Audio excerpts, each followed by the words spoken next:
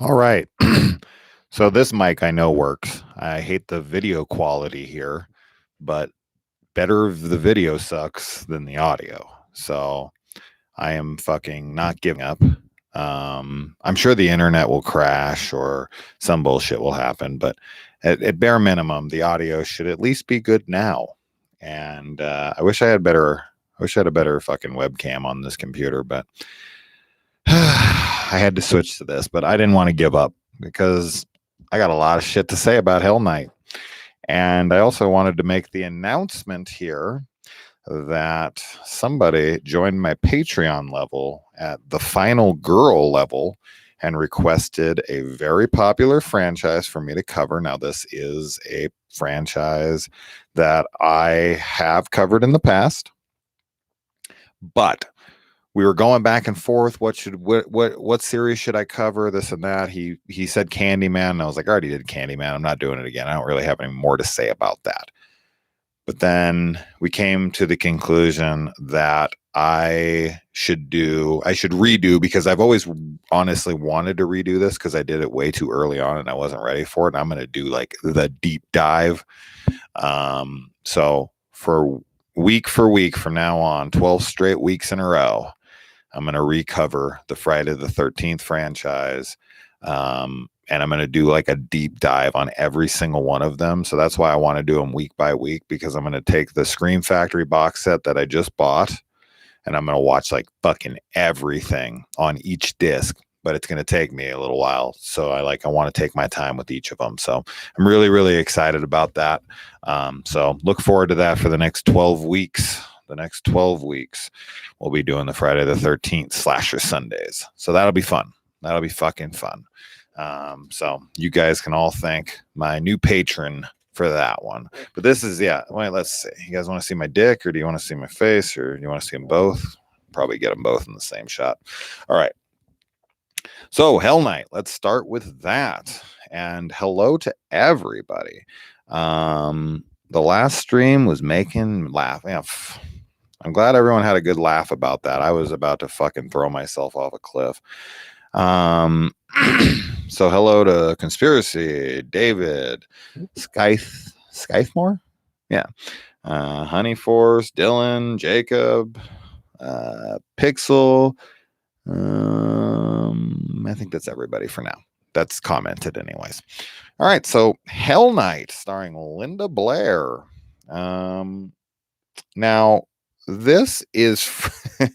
The guy who directed this, before he was directing this, he was directing a ton of porno, which is actually not uncommon for the horror genre. There's definitely been a good amount of porn directors that have gotten into like low budget filmmaking in the horror genre and exploitation films, a lot of those like knockoff Mad Max films, stuff like that. So that being said, what I found very interesting about the guy who directed Pornography, and that this being a slasher film, and one of the most important elements of 80s slashers was nudity, that there's none here. That's really bizarre to me. And it's also interesting to me to note that Linda Blair is in this. Obviously, she's the lead character. And this was the last film she did before she decided that she wanted to take her career more seriously and that she wanted to be seen more as an adult. So she went and she posed for a Playboy-like magazine. It wasn't Playboy, it's something else. Google those pictures because they're fucking amazing. Her tits are unbelievably amazing. Genuinely, they're crazy, crazy amazing. But she could have shown them here. She could have shown them in this movie, but then, so it's very odd. You have a porno director showing no nudity, and one of the characters is this horny chick who's fucking like trying to get laid the whole movie, and she's like one of the main characters. And then you have Linda Blair, who's in this and wants to show herself as an adult right after this film, and then goes and poses nude for like a magazine, but she doesn't show. It's just a very bizarre thing. They're a very, very bizarre piece of history for me in that regard. I mean, it doesn't really matter. Yes, it does. Tits always matter. Anyway, So this one starts with a big opening scream, which I actually really like. It's a little overdone, probably, but I don't know. I dig it. Um, are you gonna see the Wrong Turn One Night thing? I didn't get to catch it. I missed it, so it's nowhere around me. Otherwise, I would have went.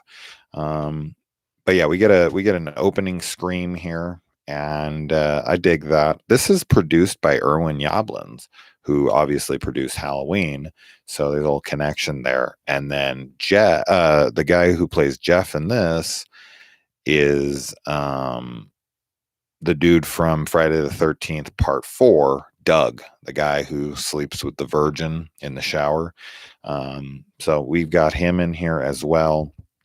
And those are the two familiar faces that I know. If you guys know of any other ones, you just Googled it right now. Great says yes, they really are. They really are. I mean, Jesus Christ, legendary tits. It's really weird. She's got like a super adorable face in this movie, but like as she kind of started to age, her face just, I don't know. It's bizarre because she's super adorable in this, like in the face, but then just you fast forward. I think honestly a lot of it has to do with her hairstyle. Her hairstyles are fucking dreadful. Um, but something, yeah, also something was going on with her face. But when she was real young, she was fucking adorable, and she's very attractive in this movie. It's a shame she didn't bear all in this, because I think that would have definitely amplified the um, entertainment of this one. This one is, you know, this one's kind of like a mid-range film for me. I don't love it. I don't hate it. I'm kind of like, yeah, all right. Um, and I think the thing that works so well here is the setting. The house looks great. The backstory. I really like the delivery of it. We have that guy who's delivering the backstory stuff. That's done very well. I like that stuff, and I like the characters. As far as like the gore goes, the kills are okay. They're okay. The gore is not very much, but the kills are still inventive ish in the way that they're shown. Not exactly like the thought behind them, you know, um, you know, thinking of how to do them and what would be cool. It's not like really that. It's more of like you see this girl get her head cut off. That's the first kill. And it's just like she gets her head cut off and her body drops away, but it's like in a half a second. So it's like clever ways to kind of like, and then another guy gets his neck broken, so he like turns it, but then they edit it to where like I'm sure he's wearing his clothes backwards, and then he just turns his neck, but it looks like he broke his neck. So it's like clever editing techniques to make it look like this and that. And then another guy gets this like a stab through the chest, and you can see the blade come out the back. It's all very simplistic stuff. You're not actually seeing any like actual prosthetics or like, gore gags. There's very little here. So I don't know. And yeah, I see someone saying that she did a fair amount of nudity. I know she did. Savage Streets, and there's a good amount of movies she got nude in. So it's just kind of odd to me that she didn't do it here, because it would definitely have helped this film for sure. Not too much though, honestly. This film I don't think her nudity would not have made this great, but it would have helped. Anyway, how are you doing, Jason? Glad you got the stream going. Thank you, James. So let's see here. So yeah, we get the story that 12 years ago, Raymond Garth killed his whole family and himself except for Andrew Garth. And I thought for sure that Andrew Garth was going to end up being one of the characters in the film. That was the obvious setup. I was like, oh, okay, who's going to be Andrew Garth? Nobody is. It's actually Andrew Garth. It's just some fucking mongoloid, weird looking dude. I'm confused though. I didn't rewind it, and I was watching this on my phone. I watched this on YouTube on my phone, so it was like small. Is there two fucking killers in this movie? Did I see that correctly? The guy that got shot out in the water and then the dude who attacks them else, that's a different person? That's a different killer? That eh, I should have rewound it and looked at it again, but I was like, wait, what? I thought they were all Andrew, but I'm confused, I guess. Anyways, maybe someone who knows this movie better than I. I've only seen this now twice, but I don't remember the first time at all. But so now we have an initiation here to a fraternity. But then there's two girls that are pledging. So are they pledging for a sorority house? Because they can't be for a fraternity. I'm confused on why two women are there. Did they explain that? I mean, I completely fucking brushed over this. I'm confused on that one. So somehow girls are also pledging to this fraternity, but it must be a sorority. Another like probably the chick, the other chick that's with him, right? She's probably in on it as well. That would make sense. I just didn't hear her say it. The word gork is used a lot in this, and I should have Googled it. In fact, I could Google it right now. I guess I could have you guys Google it. I meant to do it when I was doing this because I remember they say it a lot in the film. Gork, a terminal patient whose brain is non-functional and the rest of whose body can be kept functioning only by the extensive use of medical devices and nutrient solutions. Whoa. Okay, so that's what a gork is. So yeah, this guy keeps being called a gork and gorked and gork and gork. I heard that so many times, and of course, I'm thinking of like the Gork, Mork and Mindy, but like Mork from Gork or Gork and Mork or some shit. I can't remember. Maybe I'm thinking of Warhammer. I don't know. Whatever. And then I already went over all that stuff. And then you got Marty, who's played by Linda Blair. You've got Jeff, who's the guy who plays the dude from Friday the 13th, part 4, as I said. Then you got Seth, the surfer, and you've got Denise, the drugged out slutty girl. And of course, all Seth wants to do is fuck Denise, and Denise wants to do drugs and maybe get laid. And I'm not sure if Seth and Denise ever actually have sex. I'm like totally like confused on this. Like, they keep getting in bed. Jeff and Denise, or Jeff.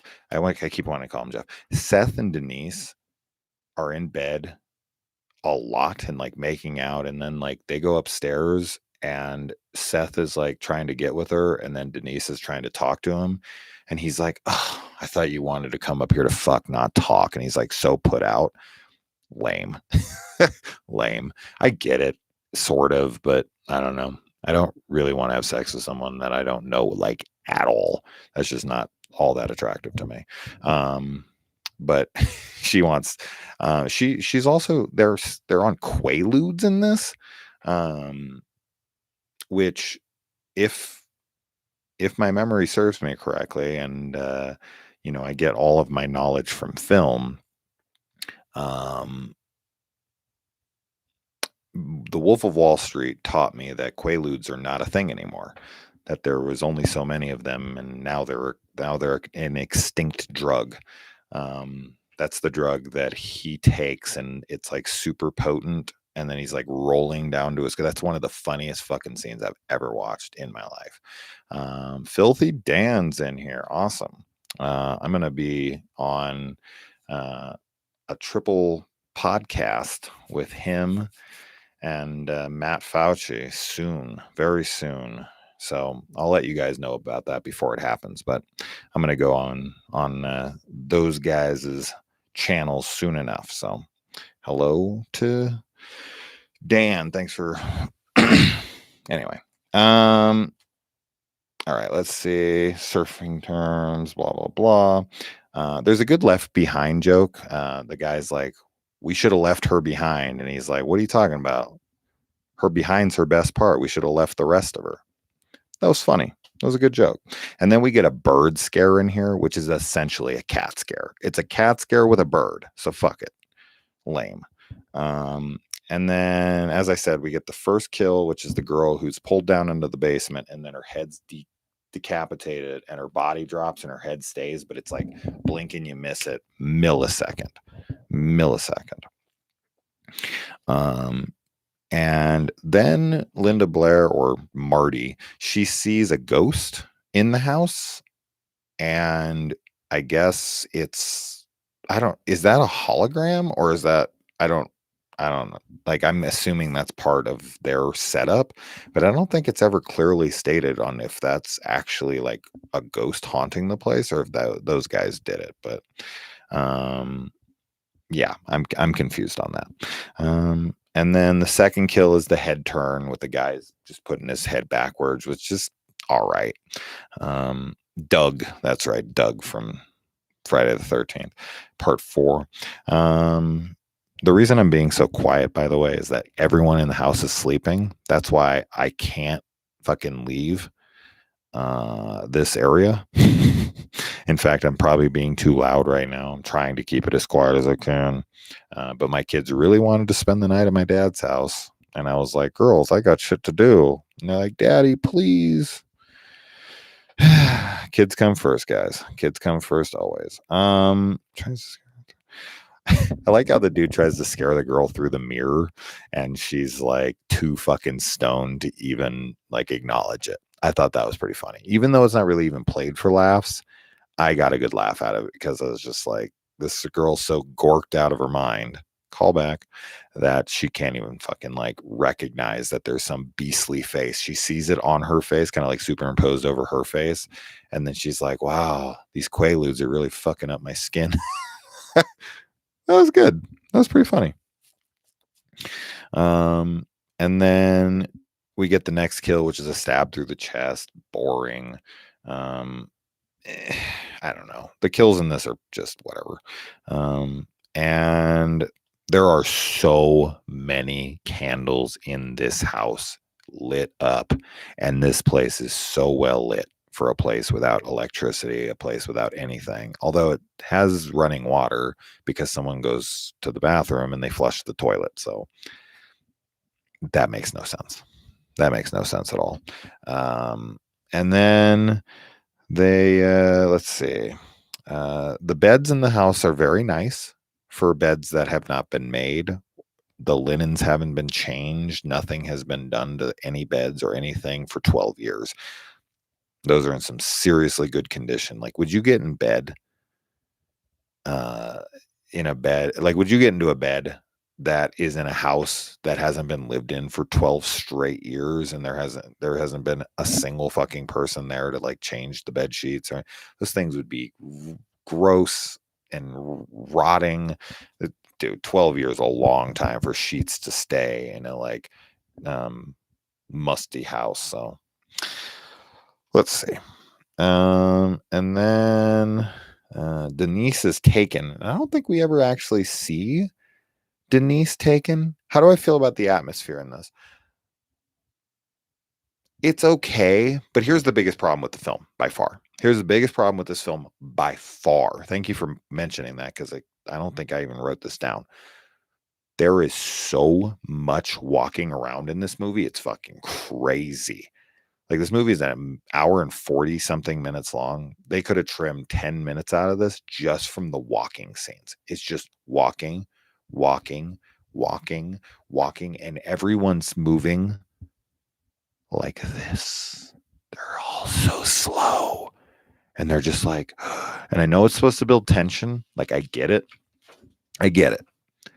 But like 7, 8 scenes like that, no. Absolutely not. It's an unbelievable amount of time. Just everyone like slowly walking around, looking flat, Whew. Brutal, man. Brutal. They had the skip 15 seconds option on YouTube. I probably hit that thing 20 times throughout the film.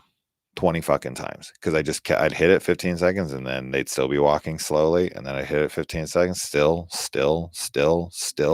And then like I could tell when something was coming. So I'd hit it and then it'd start swelling and I'd be like, oh, here, finally we got to something. It would be like 2 minutes later. Unbelievable amount of those. So super fucking lame. And then Seth gets over the fence, and the top of the fence is like super sharp. Like they actually sharpened them. You can see that it's sharp. It's pretty funny.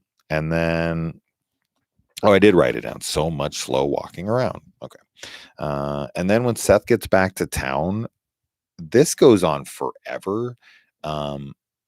Which is kind of weird because in one way, I feel like Seth trying to convince people to go back to the place with him. I like about the guy because Seth is kind of lame to me because of how he's treating Denise, kind of just like as a piece of meat. But at the same time, like when Seth gets out of there, he doesn't have to go back. He doesn't have any fucking need to go back there. He can be like, all right, later, Marty, later, Jeff, later, Denise. Like, I already got everything. I'm healthy. I'm safe. Maybe when I wake up in the morning, I'll go and try again. No, this guy is dedicated to come back, which is so funny because he's so like eager to get the fuck out of there. He's like, screw Denise, let's leave.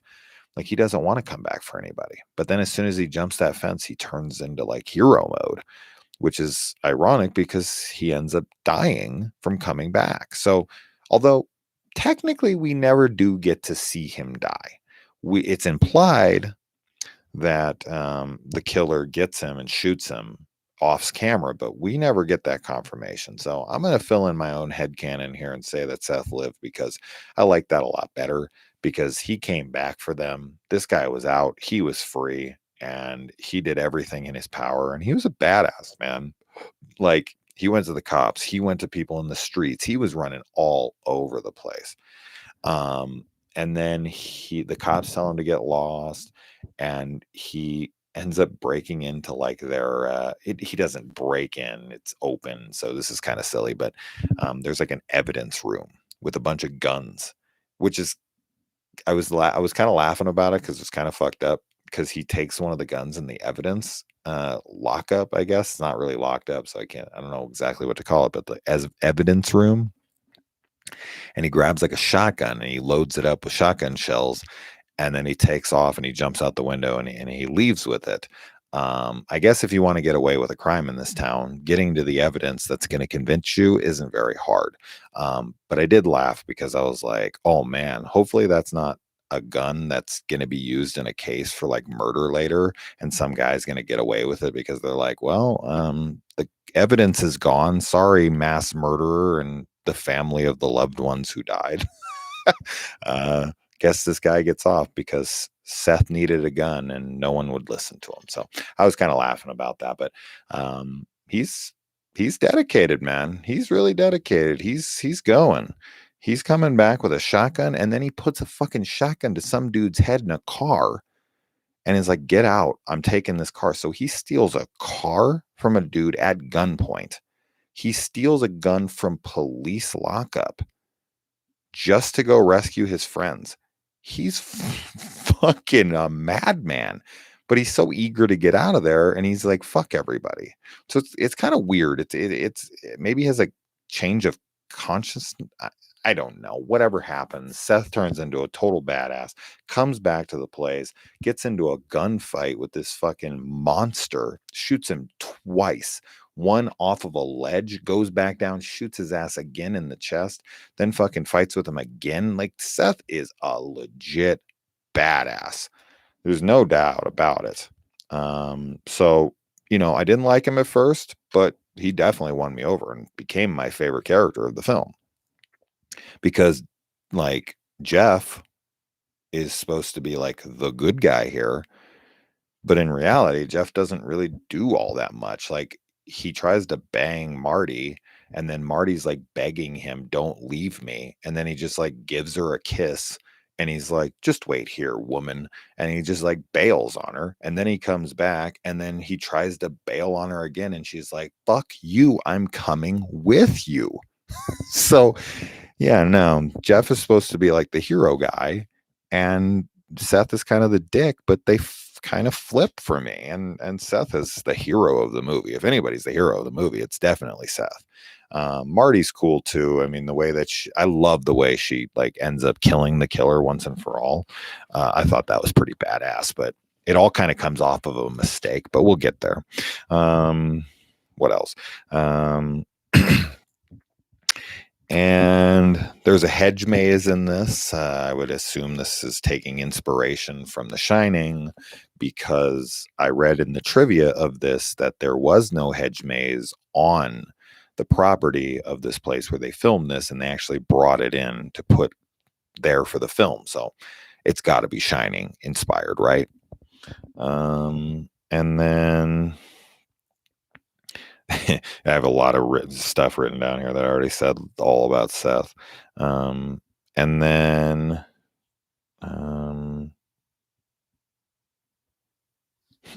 oh, and then when they get down into the basement, the killer actually has like almost like a dinner table lined with guests, like in Happy Birthday to Me, which I thought was really cool.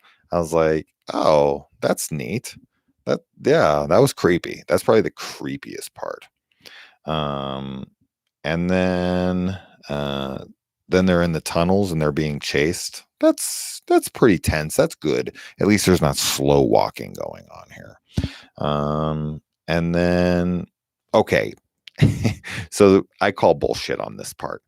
So Seth comes back to the manor, right? And he pulls up front where the gates are, outside the gates, mind you, outside of them, not inside. He pulls up to the gates, which he should have plowed through them, but regardless, he pulls up and he sees the outside of the gates running. Why would the killer be out there? The killer was just chasing Marty and Jeff inside the place. Then just randomly, the killer is outside the gates of the manor. Why?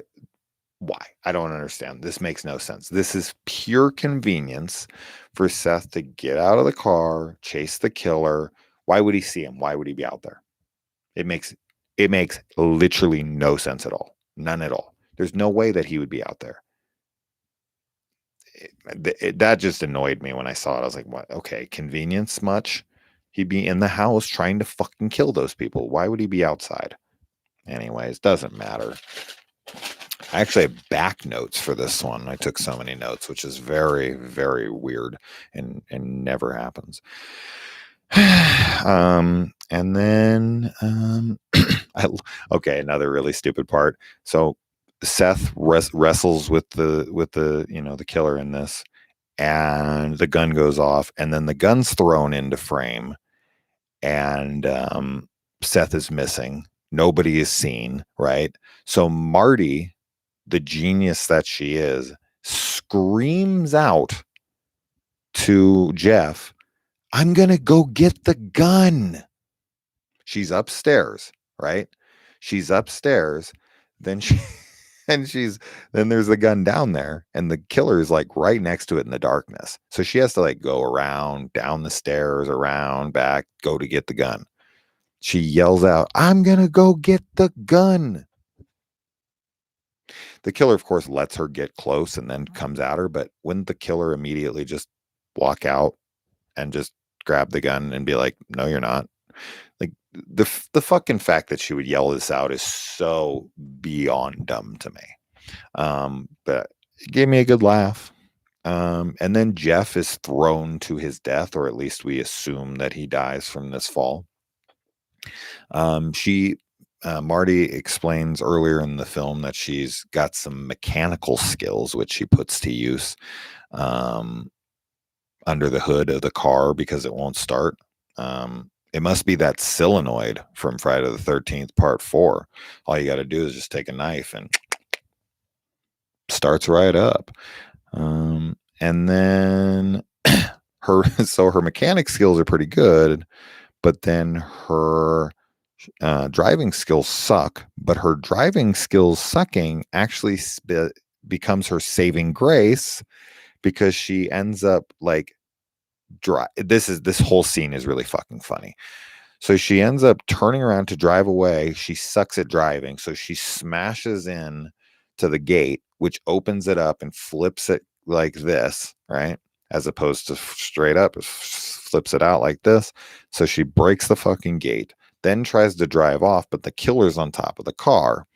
As soon as the killer hits the car, anybody who watches this movie from here, you're going to laugh about this when you watch it. As soon as the killer's face hits the car's windshield, her hands come up off the wheel. They go to her face. Right? The car's swerving around this way, that way, this way, that way. It even like spins around 1 or 2 times. Never one single time during that entire time does she have her hands on the wheel. And they cut back to her probably 10 times, and every single time she's still screaming with her hands in the air. She's never has her hands on the wheel once, but somehow the car's going this way, this way, this way, this way, this way, this way. How's it possible? She's doing it with her knees. She's doing it with her tits. She's doing it with her tits. Those things are fucking huge. That's it. I just answered it. Her tits were just like bottom, bottom, bottom. Okay, probably not, but it's just pretty fucking funny. But then she finally grabs the wheel, spins it around, and then drives at the gate, impaling the guy.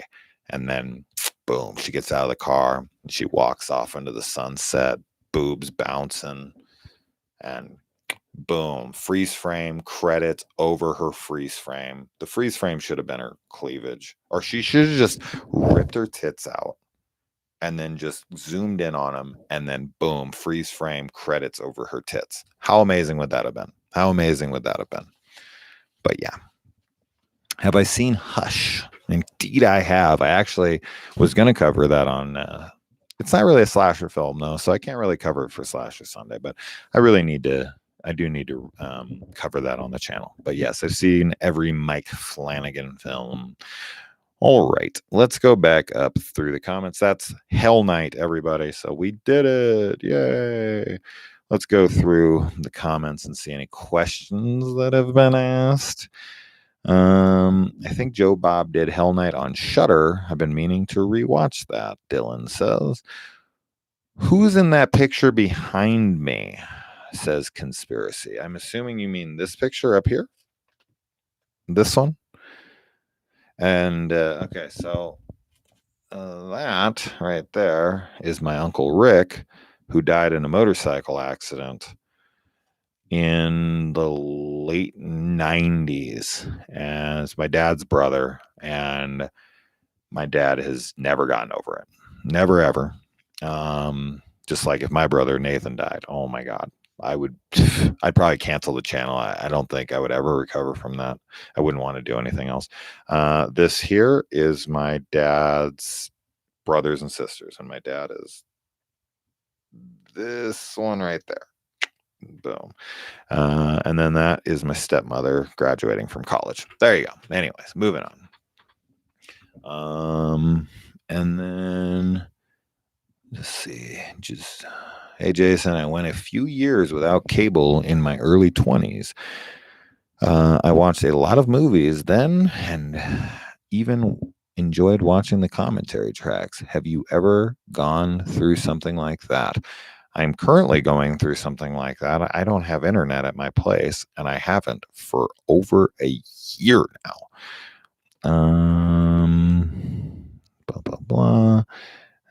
You are the best movie reviewer out there, buddy, says Eugene. I agree. Expired.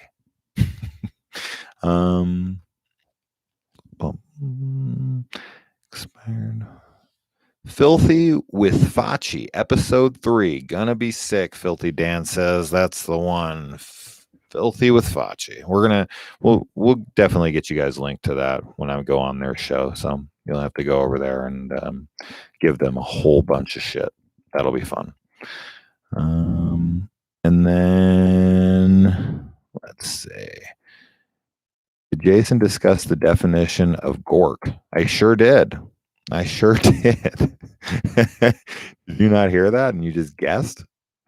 That's kind of fucking hilarious if you did.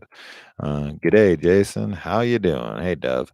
Um, have you seen Hush? When will you review the other two Cabin Fever films? I've actually never reviewed any of the Cabin Fever films, have I? I don't think I've ever reviewed any of them.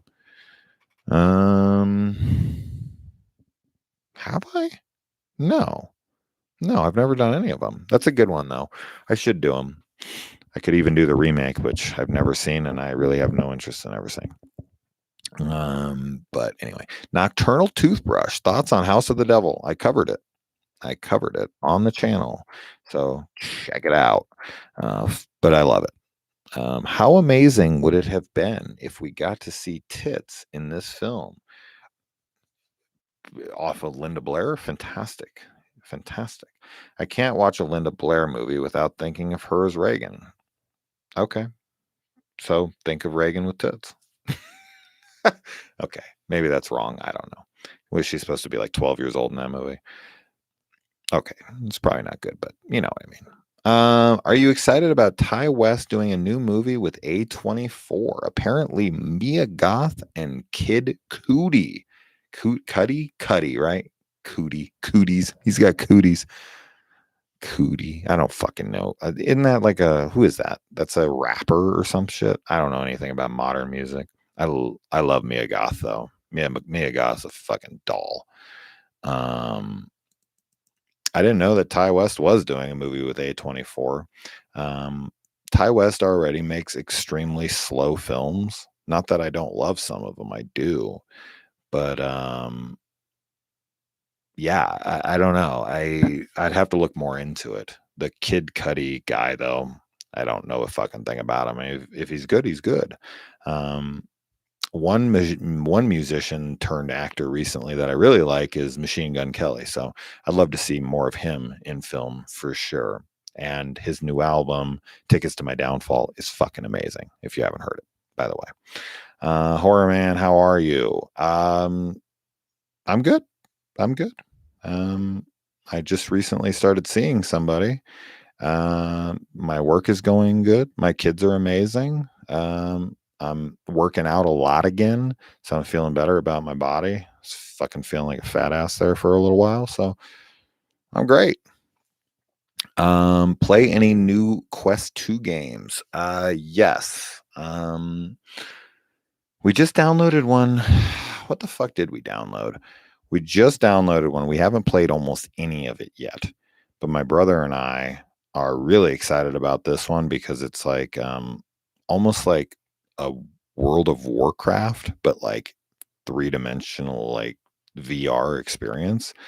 Um and yeah, man, I'm excited. It's called Orbis VR Reborn. You go and you have a bow and arrow and a sword and fishing pole, and you can just do pretty much fucking anything in there. And you level up, and you can like get crews together and do dungeon raids and all sorts of stuff. So I'm really looking forward to that. Drop Dead, we've been playing a lot of that.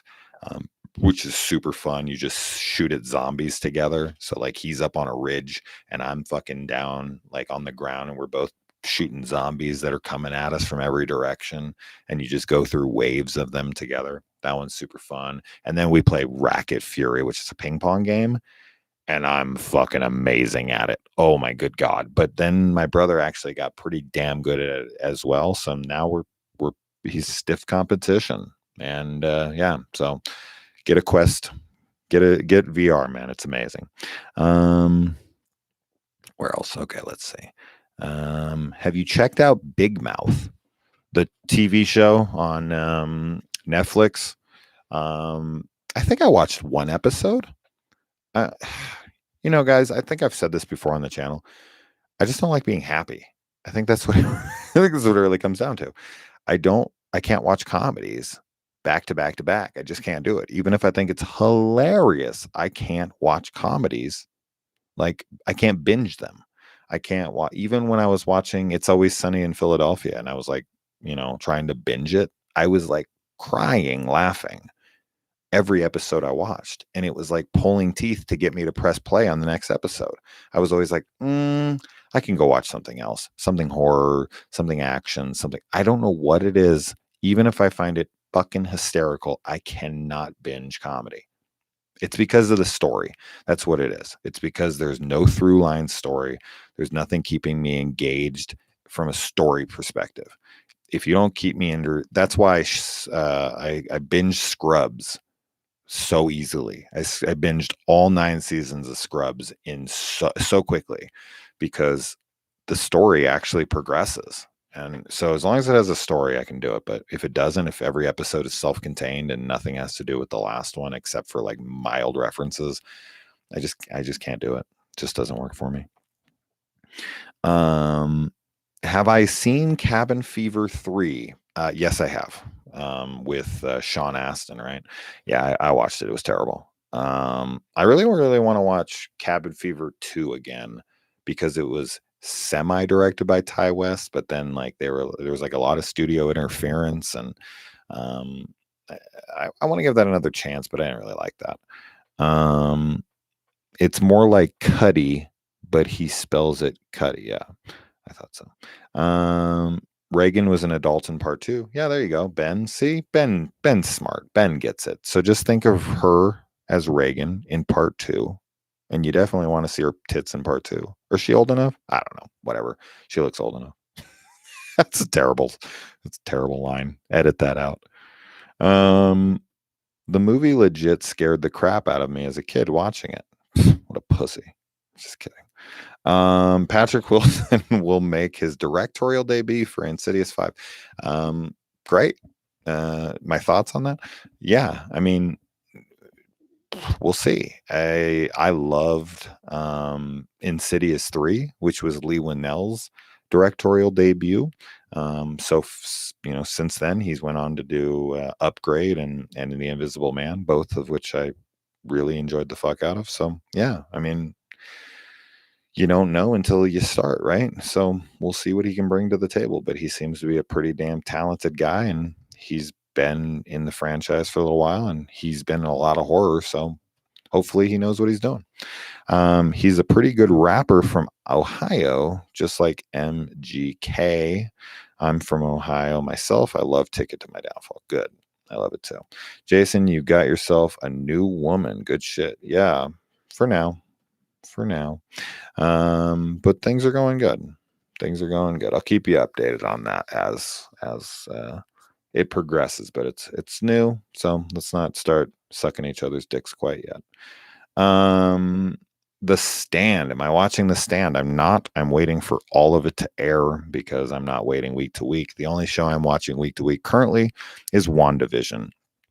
My friends and I have a private message group with my buddy David and my buddy Travis, and every MCU thing that comes out, we privately talk in that group, spoilers, and we've been doing it for a long time.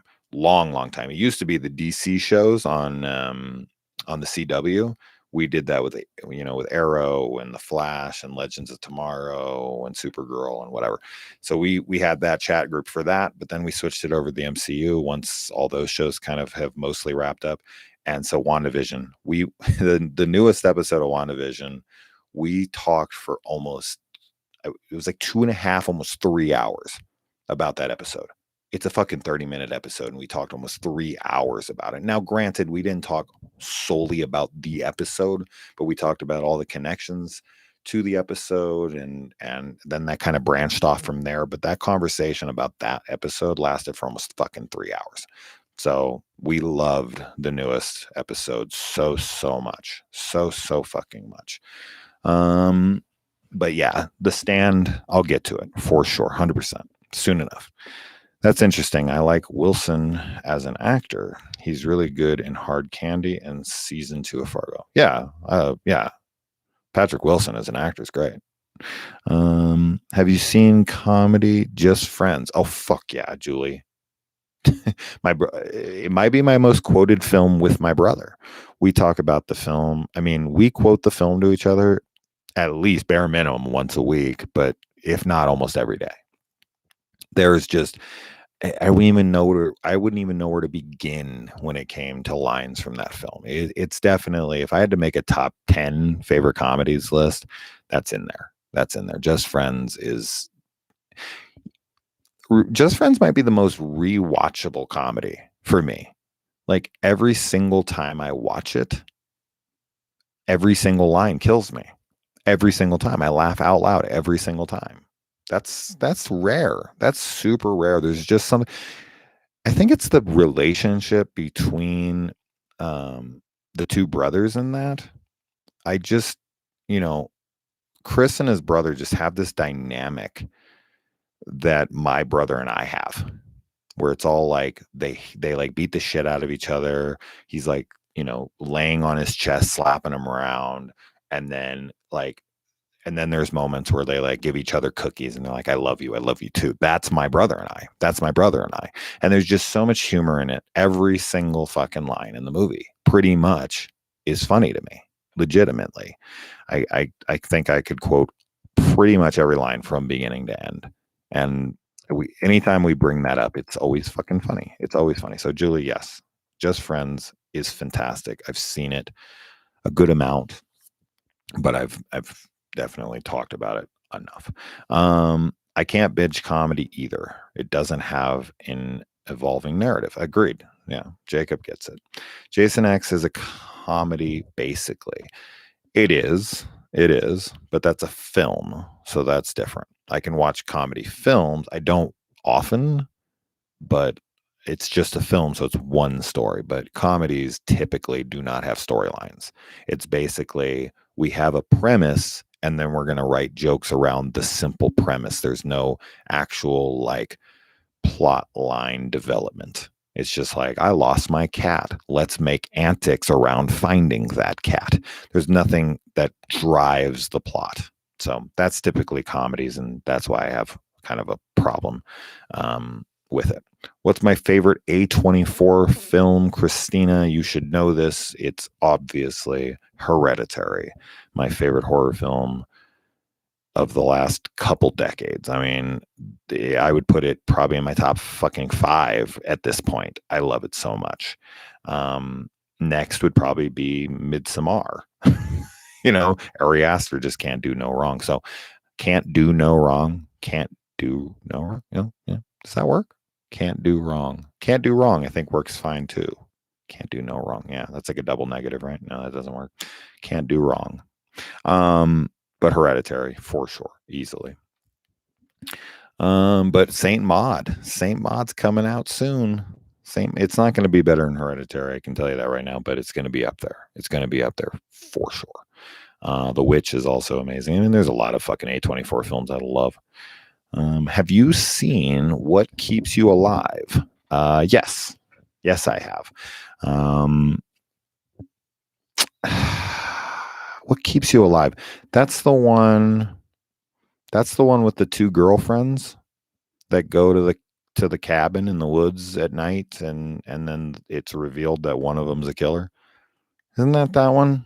I've seen the movie. I just can't remember if that's that one or not.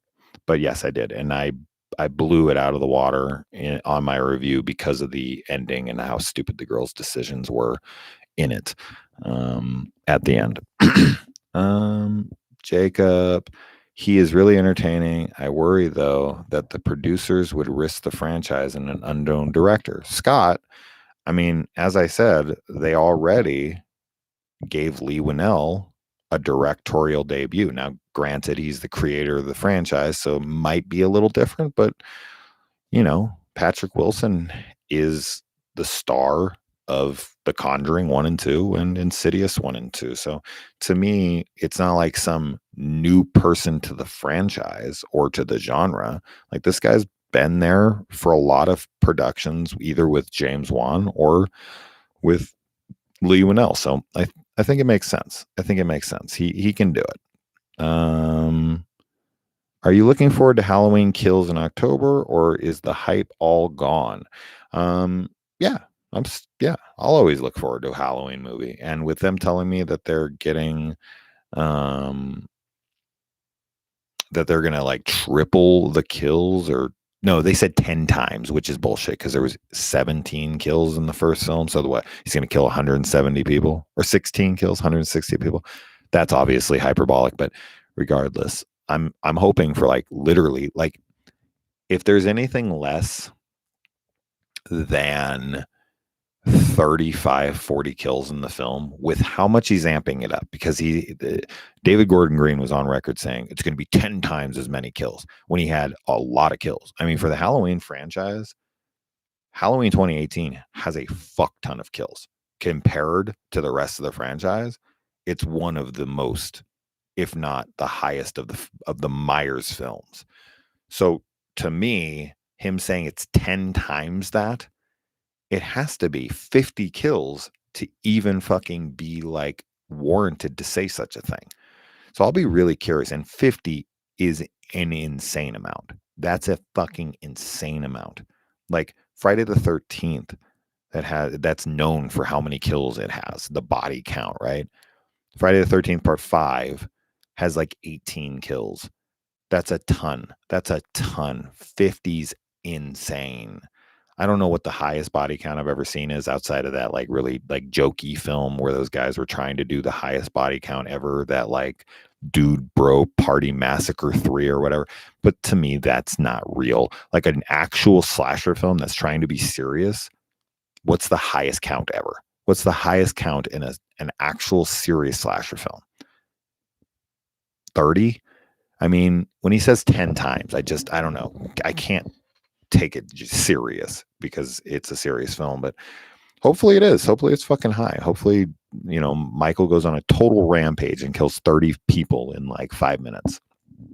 I guess I could see that happening. I don't know. That's bizarre to me. Horror Man, I'm getting married next month. Congratulations. Jacob, Insidious series is better than the Conjuring series. Do you mean that Insidious 1 through 4 is better than the Conjuring 1, 2, Annabelle 1, 2, 3, The Curse of La Llorona, The Nun, like that whole franchise with all the spin-offs and everything? If so, no,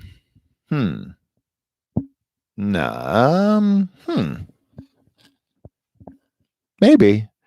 It's a more consistent franchise because I didn't like The Nun. And then I didn't like the first Annabelle very much. I did love Annabelle Comes Home though.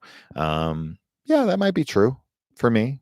I mean, obviously it's an opinion thing, so there's no obvious like answer here. But for me, I don't know, pound for pound, it's more consistent for sure. Because I've really enjoyed every Insidious film. So we'll say. I wonder if they'll ever do that Insidious Sinister crossover movie. Combat King. Any more thoughts on making a film, as you mentioned before, of all the time? The girl that I'm hanging out with right now, we actually just talked about taking a writing class together. Even though I've written a lot, I would still like to take some real classes on it so that I can maybe have a legitimate chance at writing a film. And she actually used to work on commercials, so she does have some connections in that area, so it's possible she could help me out. But as I said, it's so early to tell with us, but for right now, I dig her. And I've hung out with probably like 10, 15 chicks since I've started this channel, and this is the first girl I've ever mentioned, so she's doing well enough to get mentioned on the channel. Because I don't ever talk about that on the channel, ever. Did you try Lovecraft Country? Yeah, I did. I watched 3 episodes, and then I just kind of lost it because I was trying to keep up with everything. I'll probably get back to it, but yeah, I liked it. I mean, I don't love it, but maybe I'll love it. But it's cool. It's got good elements. And Ashley Chrisman, Jesus Christ, haven't you unsubscribed to my channel by now? I mean, how many times have you threatened that at this point? Just like click it and beat it. Jason is right. They already risked Insidious 3 on Winnell. I hope it's great and we get more trips. I am right, Scott. I'm glad that you see that. I'm always right. Cinema Junkies, what's up? Just got here. Where you been, man? Shouldn't you be waiting on me every night, just checking, refreshing? Hereditary has been the only movie to scare me in recent years. A24 is an amazing studio. Ricardo, good man. Um, and Ashley is here quoting Just Friends. Don't get me started. Guy has like fucking 15 fingers. So good. Just saw Just Friends 3 times in theaters. Yeah, my sister had a crush on the little brother. Which is better, The Color of Money or Risky Business, Jacob? Um, I think Risky Business for me because I just saw it so much growing up. The Color of Money is great. It's a great pool movie, but another good pool movie that almost no one ever talks about and almost no one has ever fucking seen is a film called Pool Hall Junkies, written, directed, starring Mars Callahan. It's a cool film. Christopher Walken, Chaz Palminteri. It's a cool film. It just never, ever, ever gets discussed. Check it out if you haven't seen it. If you're into pool movies, but if you're into pool movies, you've seen it because there's like what 5. Um, and let's see. Lovecraft Country was a dumpster fire, says Mo Green. Wow. Ashley Morrow. Hey, Ashley. Ashley Morrow, not Chrisman. Let's get that straight. Eastbound and Down. That's a great comedy. I've never seen it. Hereditary is really great. The hell has Tony Collette been up to? She's been in fucking tons of shit. What do you mean? What's she been up to?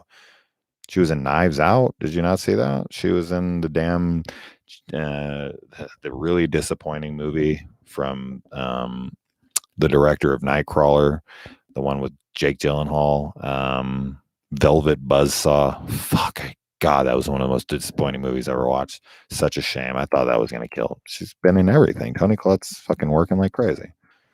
Um, you mentioned one time that you did a video on movies about vanishings. I was wondering if you knew what the title was.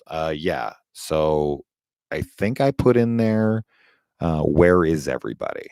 So look for that. So just put in like Where Is Everybody, and you should be able to track those down because I probably covered like 6 or 7 films during that time because I love that, what I classify as a subgenre myself, like with Phantoms and like Don't Blink, and there's a decent amount of movies I covered during that time span, and The Quiet Earth, and hopefully you can find it. If you can't, message me again. I'll try to track them down. Actually, I have my phone. I forget I'm not on my phone right now, so I should be able to search this out. Hereditary was great. I read the plot of Saint Maud. Sounds kind of boring. Fuck you, Ashley. An ex of mine loved Parks and Rec, so me and her binged that. I think it's the only comedy I've ever binge watched.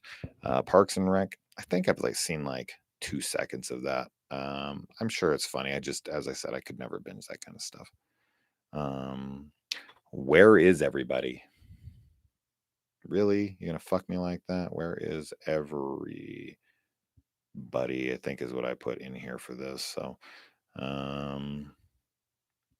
oh, unique subgenres. Oh, okay. So this is me just talking about them.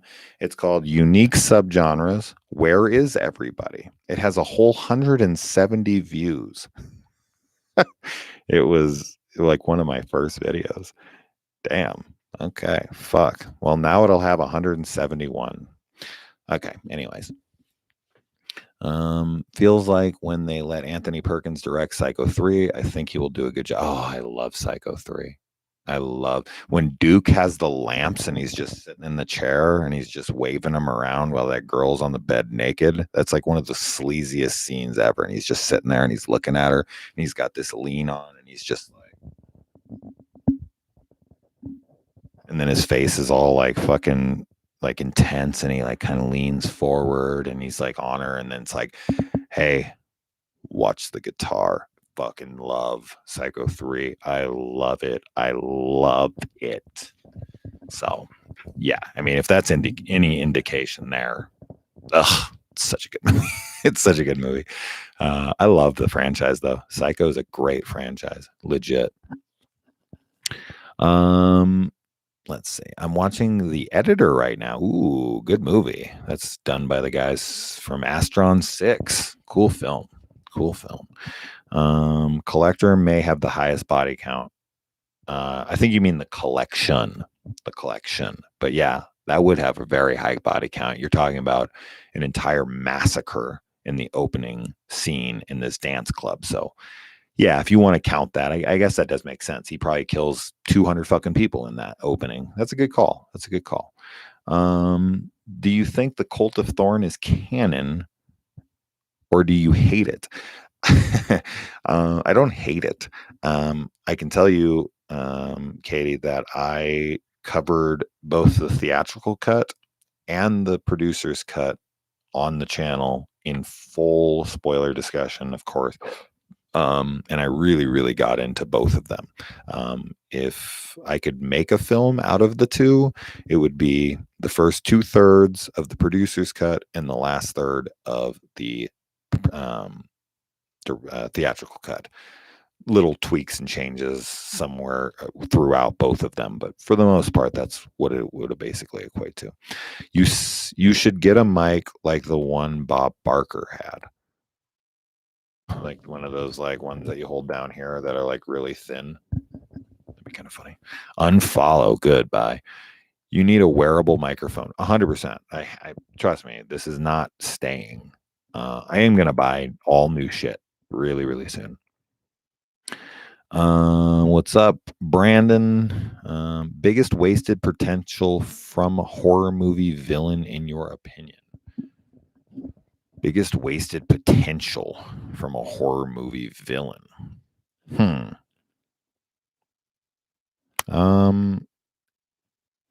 There's that like series that's going right now that looks terrible.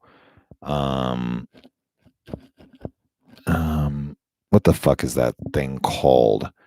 It's like a slasher franchise where this guy's like face is like wrapped in barbed wire or something. He looks really cool, but the films look like shit. I can't think what those are called. They all have like 2 point somethings on IMDb, but the aesthetics, the look of the killer is actually really, really cool. But I don't know. Affleck was the shit in Phantoms. No. Affleck was the bombs in Phantoms. Yo, is the line you're looking for. No points. You do not cross go. You do not collect $200. Let's see. Hey, Jason. Wait, did I miss anything? Pool Hall Junkies is one of my favorite walk-in performances. Good. Dinner Party sucked ass. I agree. I couldn't even get through the fucking thing. Best pool movie, Rod Stewart Tonight, I'm Yours music video. That's funny. Wrong kind of pool, Scott. If you want to watch the best pool movie about a pool, watch The Pool on Shudder, where a guy is trapped in a pool with a crocodile or an alligator, something like that. That's so fun. That's such a fun film. Anyone seen Castle Freak remake? I have not seen it. Do I have a Patreon? Yes, Christina, I do have a Patreon. Go to Patreon and type in Sinister Cinema Reviews. You should be able to find it. Or if you can, just, patreon.com/Sinister Cinema Reviews, all one word. Should bring it right up. Did you see that Hulu's Into the Dark series is coming back with a new movie called Tentacles on Valentine's? I did indeed, Ben. It is being written by people who were involved with Channel Zero. So Nick Acosta is the story writer, and then one of the main writers on Channel Zero is doing the screenplay. So very excited for that one because I love Channel Zero. You guys all know how much I blow that television series. I think it's the best horror series we've ever had. So to see them involved has got me excited. The director I'm not familiar with, so we'll see on that. But Channel Zero writers, sign me up. Hey Jason, did you see Starship Troopers? If so, what did you think of it? Has anyone not seen Starship Troopers? I love it, man. That's the Verhoeven fucking trilogy right there of like um, RoboCop, Total Recall, and Starship Troopers. All of them are fucking amazing. I love them all. Yeah, Starship Troopers is goofy. I actually own the 3 live action movies, so I should do those. I should do those for Monster Mondays. That'd be fun. Um, the Killer in Curtains was such a waste, such a cool mask wasted on such a boring movie. Yeah, that's always a shame when you have like a really, really cool looking villain who's in a movie that just doesn't really work. That's always a bummer. That's always a bummer. I really like the look of Blood Widow, um, and the movie isn't very good, but I did like the look of that killer. Looked like it was something out of a video game, but I dug that. There's definitely a good amount of those out there where I look at the killers and I'm like, oh, kick-ass design, and then just, nothing there. The Last House in the Woods. It's from the Ghost House Underground. Yes, I've seen The Last House in the Woods. I saw all the Ghost House Underground movies from back then with like Yellow Brick Road, or was that the Bloody Disgusting ones? Ghost House is actually Dance of the Dead. And yeah, okay. I don't remember if Yellow Brick was that's Bloody Disgusting, I think. But whatever. Yeah, I've seen it.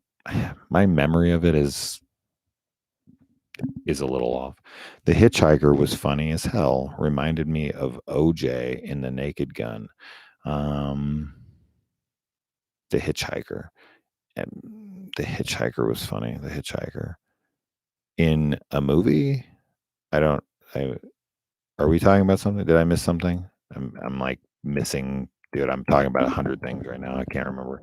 Obviously, we're not talking about the Hitchhiker. Have you seen The Last House? No, I already read that. OnlyFans, Ashley. Yes, totally. I'll send you a link soon. I cannot see why Crawl was so popular. If an alligator flips you, your arm is gone. I love it. I've seen Crawl 3 times, so I'm not with you. I think it's fantastic. It was one of my favorite films of that year. It's so good. It's so tense. It's constant action the whole time. I don't see what there's to like or dislike. Yeah, I mean, there's going to be some believability issues with any kind of movie, but don't let that don't let that get in the way of your excitement or enjoyment, should I say.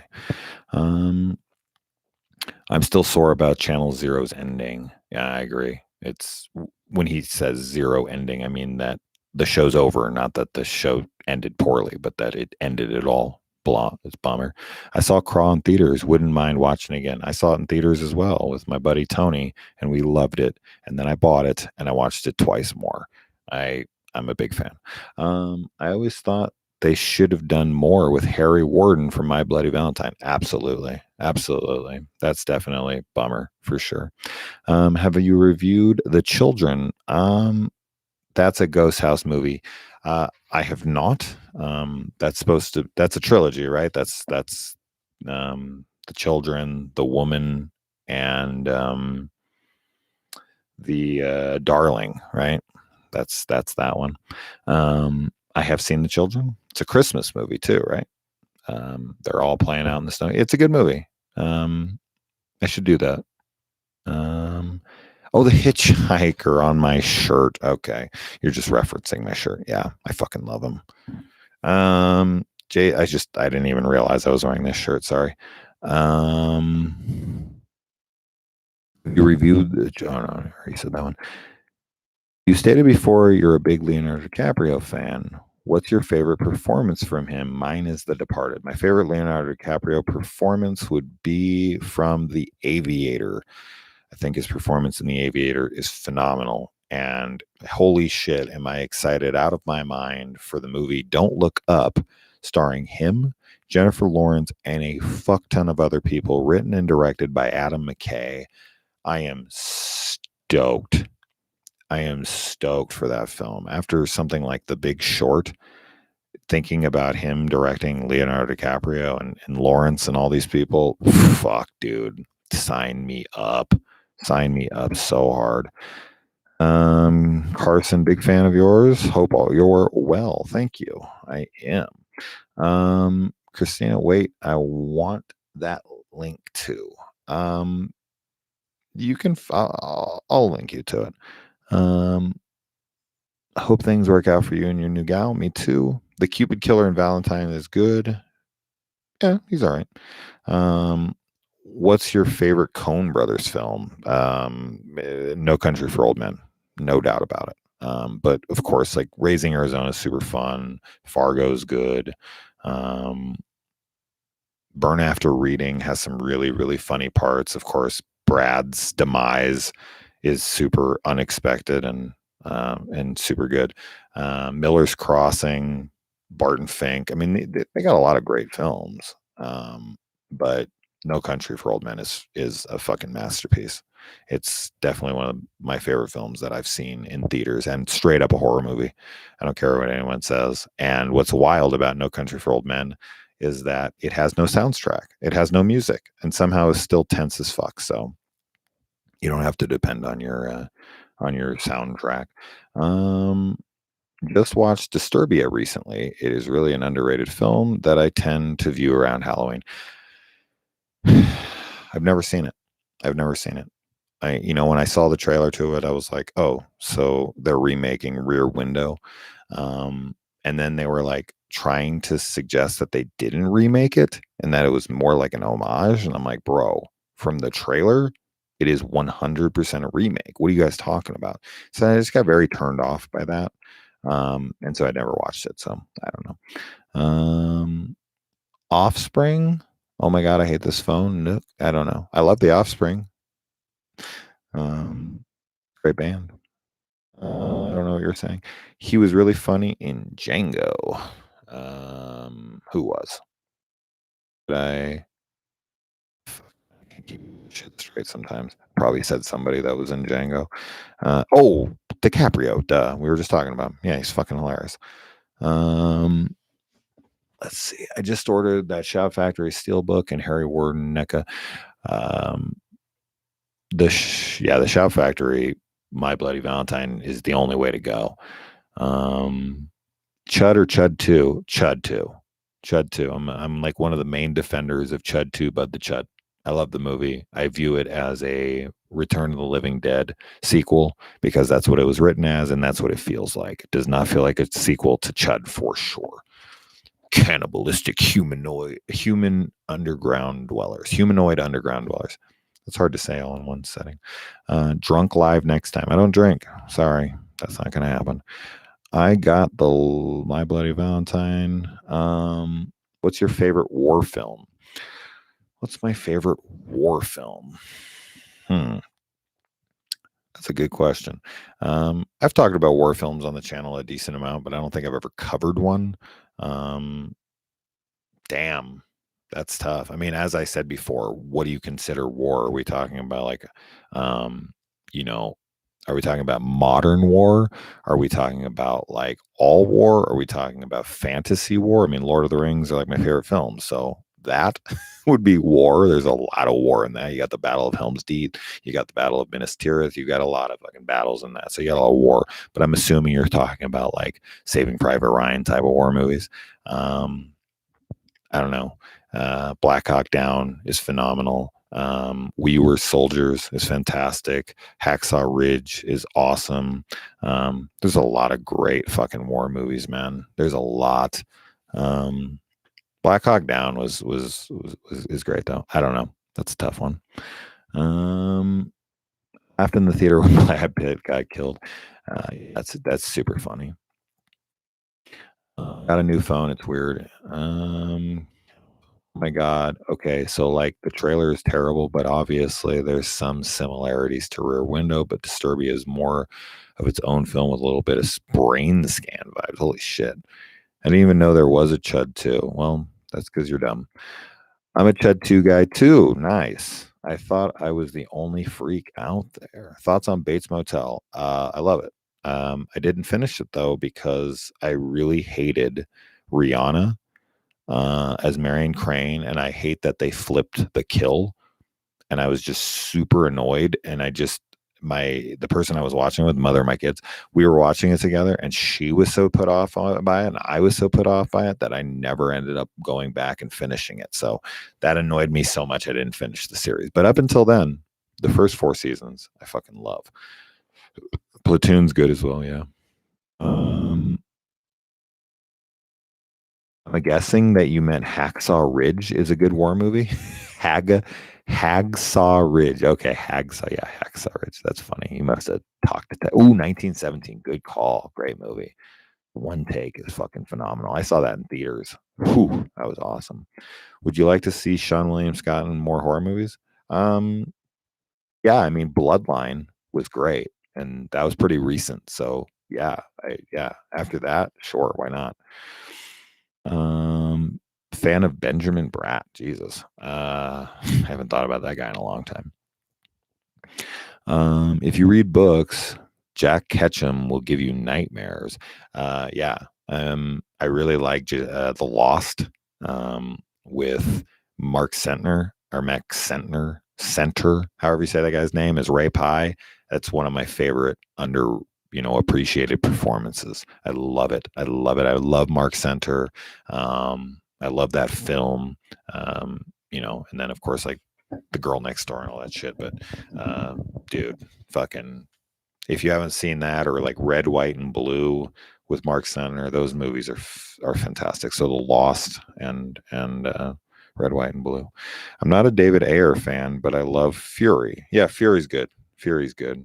David Ayer is a very interesting director because the guy seems to have a lot of talent, but he seems to overindulge himself, like he did with Suicide Squad, like he did with that Bright with Will Smith and Joel Edgerton. Like those had potential, and he's given these huge budgets, and man, there's so much promise in those films, but at the same time, there's so much shit too.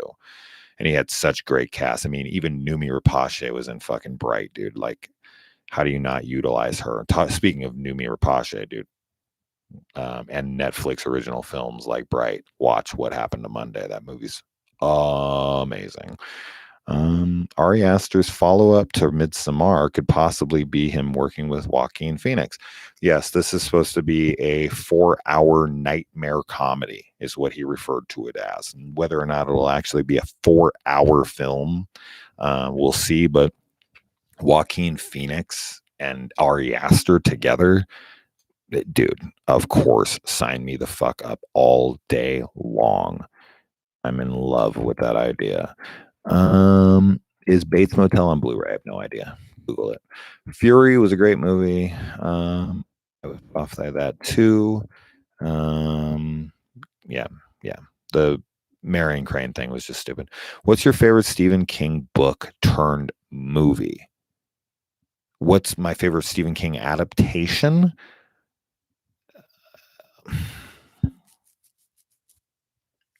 I mean, the one I watched the most, it's like a toss up between The Shining and 1408. I watched 1408 a lot. I love that movie so much. My favorite Stephen King book, though, is Salem's Lot. So they're redoing that.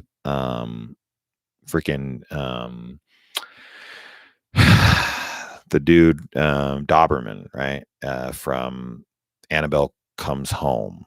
That was his first film, and he's taking it over. He wrote like It Chapter 1, and he wrote and directed Annabelle Comes Home. He's doing that. He's doing Night Shift. Fuck. Salem's Lot. So holy shit. You want to talk about something I'm fucking over the moon about? I can't even start. Thoughts on the Netflix series Slasher? I reviewed every episode of Slasher season 2 and 3 as they aired. So, and I would review one up. I'd watch it, then I'd run in, I'd review it, then I'd run back in the house, watch it, review it, watch it, review it. Like I did that with both season 2 and 3. I like them. They're fine. Season 4 is supposed to come out this year. We'll see if that happens. So I like it. I don't love it, but I like it. I saw you review the OG Godzilla. Are you reviewing OG King Kong as well? Probably, but honestly, if I was going to review any of them, I'd do the Peter Jackson version because I love that movie and that's the one I'd watch with my kids. So look forward to that. I'll probably do that soon, just because of doing that. I got to get off soon, guys. So I'll try to. Was the film Mandy good? It's very slow. It's very slow, artistic. It's you know some people love it. Some people fucking swear by it. Some people think it's a masterpiece. Some people think it's a boring piece of shit. I'm somewhere in between. But I'd love to give it a second chance. Maybe I'll love it this time, but it's all like atmosphere and aesthetics. It's a lot more style over substance. Not that it's not without some substance, but for the most part, it's all visuals. But it's just very drawn out, very artistic, and it's not a bad thing. It's just didn't love it my first view, but maybe a second view will service it better. Watched Phantasm for the first time yesterday. Great use of piss in a death scene. Yeah. I do like that. I like that the dude pisses himself when he dies. That's you don't get that enough, but that does happen, everybody. So make sure you go to the bathroom before you die so you don't piss yourself. Someone gives you all the money you want. What horror genre of movie do you make? Who would you want to star? Well, I'd love to work with Mark Sentner, just like I was just talking about. And I'd like to make a Where Is Everybody movie, like I talk about, and it would be called The Bridge to Nowhere or The Bridge, which I've already written and am ready to go on. So Mark Sentner would play my main character, Nathan, named after my brother, and he would be going to Olsen Island on as a trucker, and he falls asleep on the bridge that's connecting this, the land to the island. And when he wakes up from falling asleep at the wheel because he's stuck in traffic, he wakes up and everyone is missing from their cars. It's nighttime. The bridge is cloudy and foggy and he can't really see, and then he walks down the bridge and sees what the fuck is going on, and he encounters some spooky shit on that bridge, and there's not really one way to go. Otherwise, this way or that way. He goes this way or that way, he dies.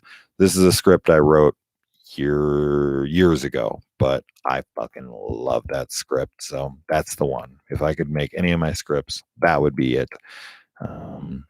And all right, let's see.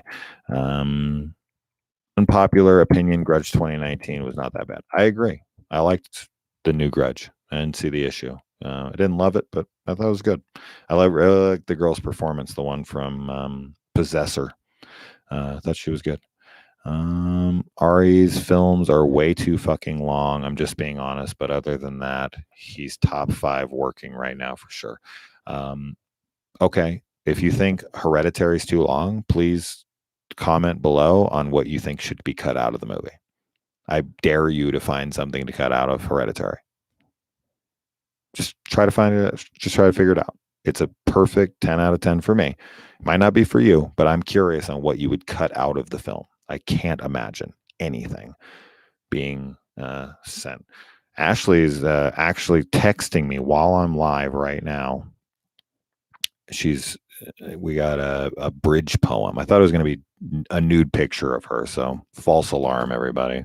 Lame. Next time, nudes. Get on my good side for once. Salem's Lot, The Shining, Salem's Lot, Doctor Sleep was awesome. I agree. They did Salem's Lot in 2004. I watched it. It's all right. Salem's Lot is my favorite novel as well. Are you a fan of Silver Bullet? Yeah, I covered it on a Monster Monday. Is 1408 as good as Cell? It's a million times better. Cell's dreadful. Cell's fucking dreadful. Robert Eggers is going to have Bjork in his latest film. I think it is her first movie she's done since Dancer in the Dark. I've read it's a medieval film. It's not medieval. It's a Viking film. It's a Viking film called The Northman. with Anya Taylor-Joy returning. So heavily looking forward to that film. Did I review Phantasm? Yes, I did. All 5. Rose Red needs a remake. I remember that movie, but I don't remember it being very good. I'd love a Bates Motel series on Michael Myers. I think that could be interesting. Michael Myers is a very interesting character. He doesn't speak very much, right? So I don't know what you could really do with the guy. Christine, King, and Carpenter can't beat it. Yeah, Christine's great. I loved Black Rainbow. Haven't seen Beyond the Black Rainbow actually. Would you do a watch party with patrons or subs? Yeah, maybe. Yeah, I'm not opposed to that. What's your favorite Kurt Russell movie? Mine is The Thing or Unlawful Entry. The Thing, for sure, for sure. Dude can do no wrong. I fucking love him. I'd love to work with Daniel Harris or James McAvoy. McAvoy is great. I mean, if I worked with Daniel Harris, though, I'd just be trying to bang her the whole time. Let's just be honest. Gotta hit the rack. Good night, David. Hereditary was awesome and scary. Damn it, Ashley. This all sucks. I agree. A guy in a Facebook cult movie group I'm in gave Hereditary a 0.25 out of 10 when it came out and said it was the death of cinema. Yeah. I also had a guy argue that the only thing bad about Hereditary, the only thing, he said it was a masterpiece otherwise, was the acting. He said the acting was horrible from everybody.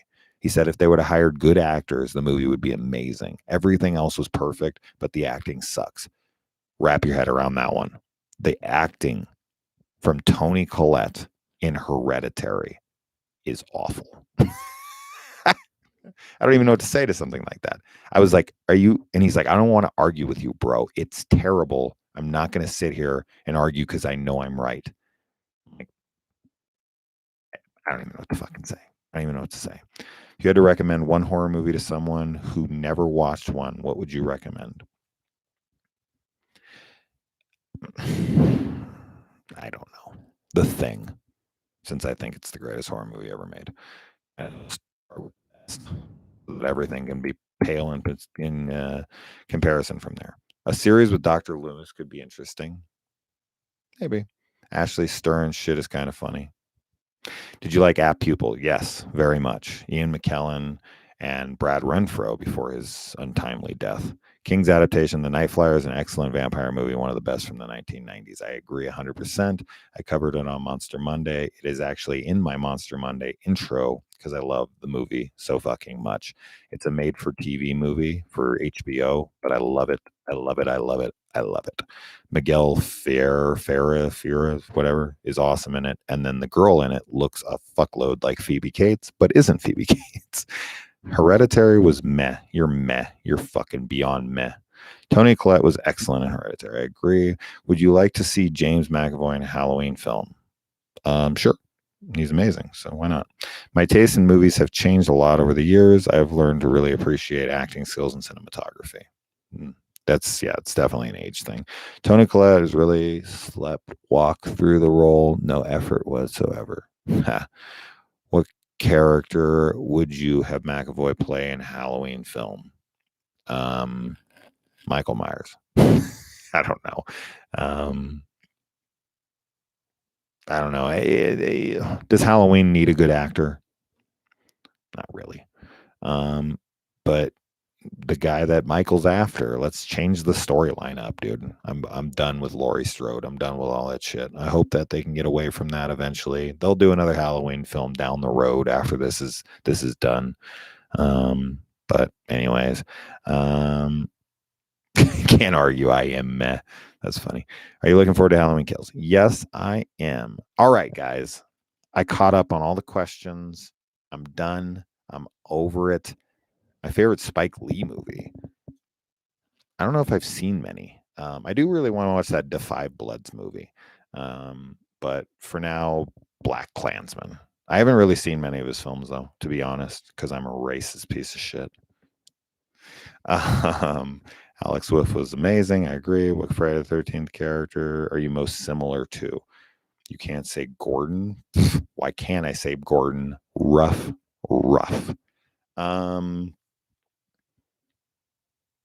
I don't know. What Friday the 13th character am I most like? That's a good question. Um, hmm. I like, I definitely have parts of Teddy Bear, just because he loves talking shit to his friends and telling them how it is. Computer don't lie. That's for sure. Are you really racist? Sure. I hate white people. By old boy best friend. Yeah. Everybody's got to go. I got to go too. So, all right, guys.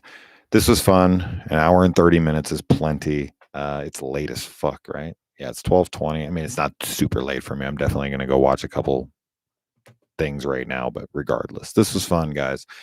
Um, yeah, I'm trying to do more live streams. I'm going to get a better mic. I'm going to get a better camera. I'm going to get a better everything. So it's coming. I promise. I promise, which is always my closing line. All right. Well, it's fun. It was good seeing every one of you except for Ashley, Chrisman, that is. And love you guys. Adios.